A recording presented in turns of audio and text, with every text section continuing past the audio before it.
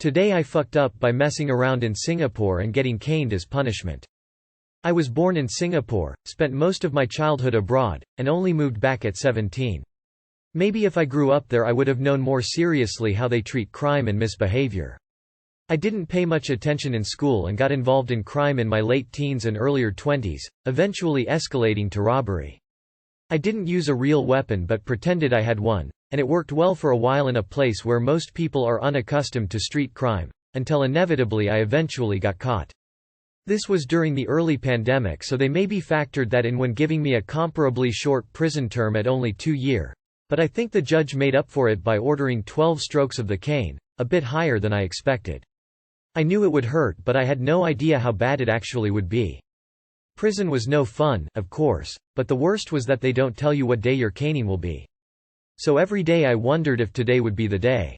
I started to get very anxious after hearing a couple other prisoners say how serious it is. They left me in that suspense for the first 14 months of my sentence or so until I began to try to hope, after hundreds of false alarms, of guards walking by the cell for some other purpose, that maybe they'd forget or something and it would never happen. But nope, finally I was told that today's the day.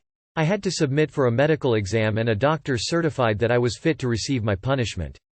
My heart was racing all morning, and finally I was led away to be caned. It's done in private, outside the sight of any other prisoners.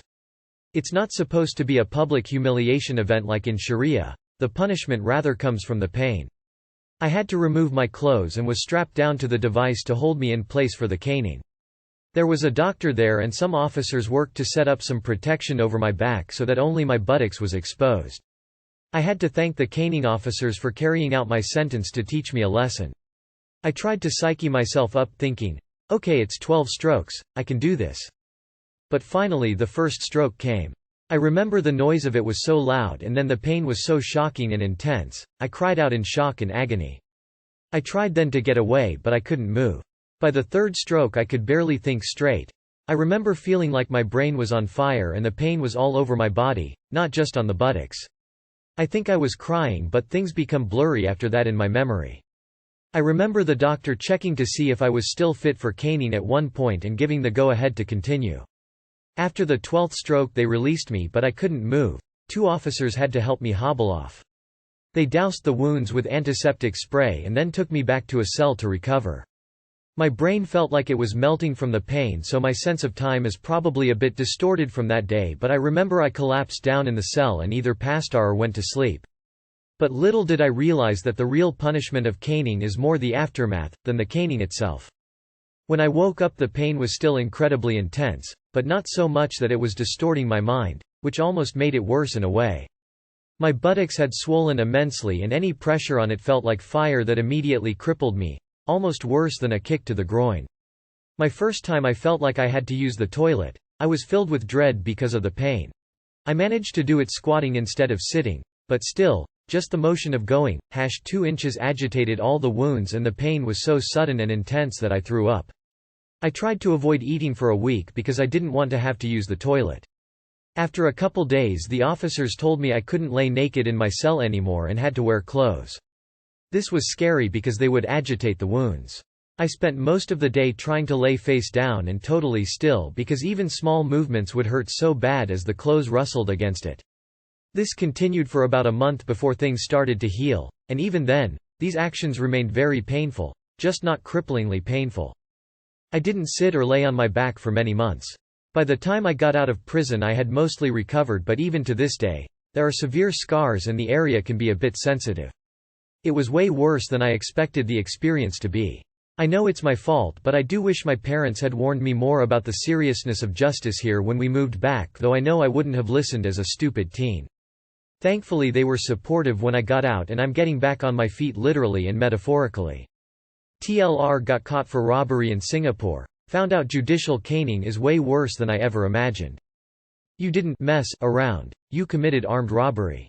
Yes, you feud. You literally committed armed robbery. Even if you were pretending to have the weapon, you coerced them to part with their money and belongings under threat of bodily harm and injury. Come on, this is not messing around. This is an actual crime and you were lucky you got away with just 2 years of jail. I don't even know why you thought Singapore would be relaxed on their justice system. We warn you on the plane ride in that if you come here with more than a certain amount of controlled drugs you will be subject to mandatory death penalty or life imprisonment. This is your mistake and your burden to bear.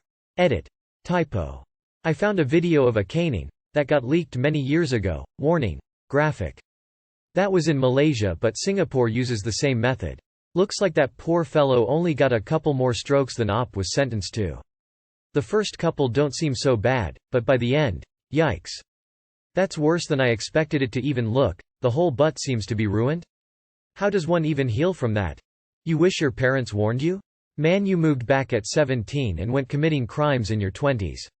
Anyone in Singapore for more than a few days would have known about the severity of criminal punishments. Well, at least you know now. At least you didn't foo to the point of dealing hard drugs. As a Singaporean, why would you do something like this? There are tons of benefits and schemes if you can't afford essentials. Why would you commit armed robbery, especially in a country where punishment are very harsh and overall safe? I don't understand the thought process here. Today I fucked up by telling a teacher that a student fingered another teacher. In my defense, I am Arab. This is actually not an excuse. I speak better English than Arabic, but I still falter. So it is an excuse. I, 17F, tend to get confused a lot, especially when I am sleep deprived, and on that particular day, I had barely gotten any sleep. In a school near us, there was a teacher who ratted out a kid who sold drugs, and he got arrested. His best friend was so angry at the teacher, he flipped her off and told her to fuck off and go to hell. My brother had a video of it, and he showed me it. I knew my teacher knew that teacher, so I thought I'd tell her. So, there I was, sitting in class and we were all chatting, so I said, "Hey, did you hear what happened?" And I start telling the story, and I said, "So then? He fingered her." Fingered her? Yeah, I think that's right. She stared at me in horror and said, "What? He what?" A guy in my class started laughing. My best friend was next to me and couldn't hold in her laugh. I was so confused for a moment, and then I said, "Oh." And the whole class lost it. My teacher was laughing her ass off, and I said, No, what's the word? Someone give me the fucking word. I was panicking here because I was so embarrassed. And a guy said, "Flipped," and I said, "He flipped her off." That's what I meant. It was too late. For now everyone was laughing and I wanted to kill myself. I put my head onto the table and just said, "Fuck my life." For the whole day people kept telling me, "He fingered her." And it was actually kind of funny, but I am still embarrassed. My teacher said I definitely made class interesting, and I told her I was about to make it more interesting and kill myself in front of them. Too long did not read. Was trying to tell my teacher a story and I said, "He fingered her," instead of, "He flipped her off." LMAO, it's okay. You gave everyone a good laugh and didn't hurt anyone.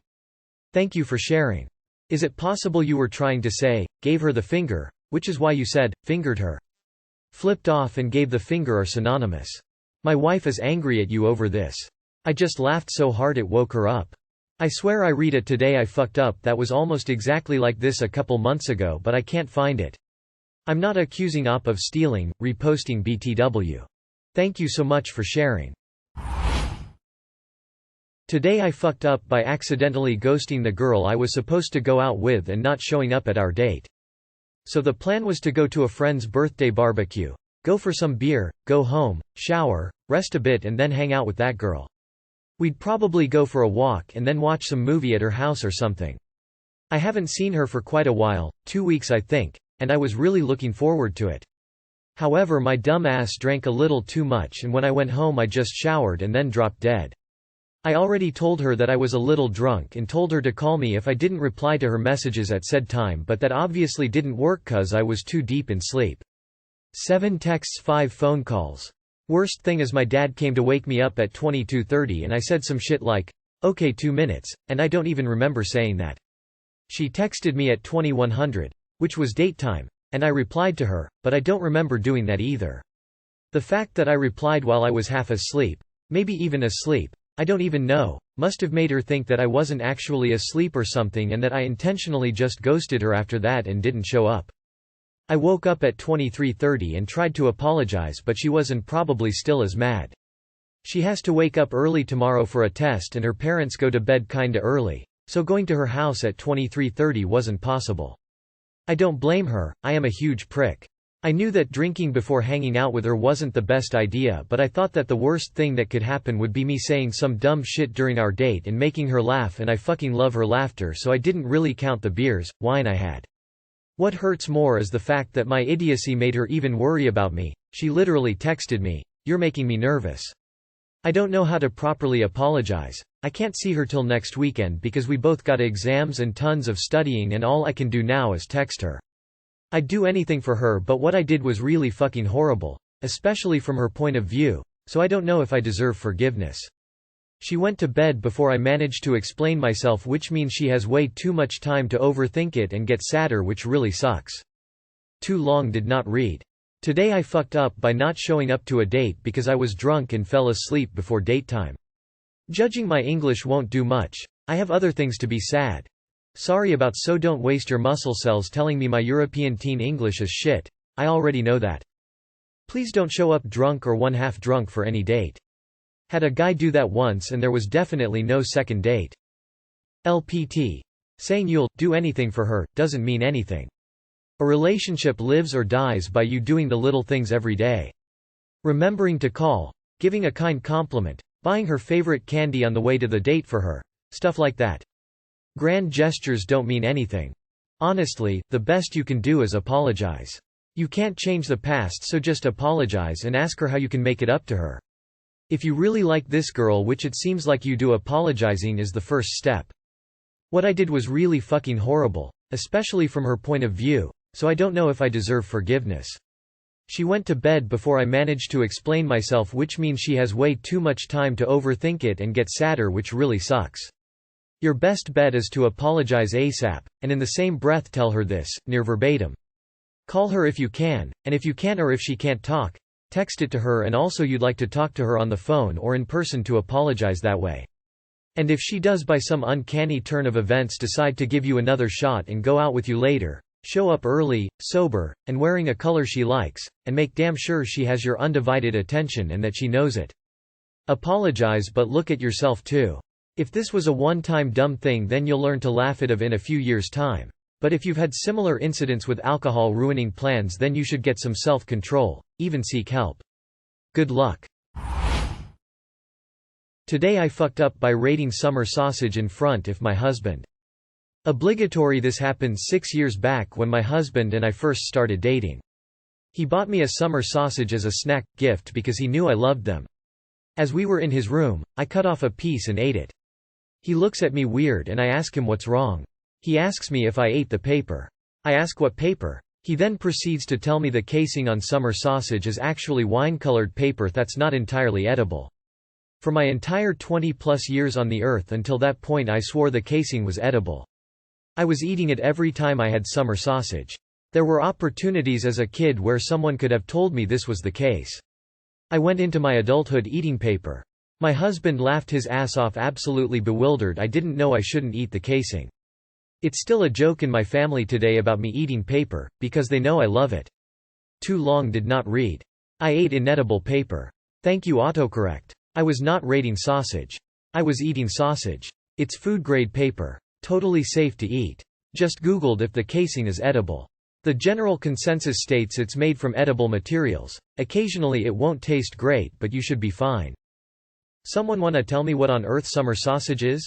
Thought I'd experienced most of the world's sausage options, but don't know this name at all. It's cellulose, not paper. Edible but not very good.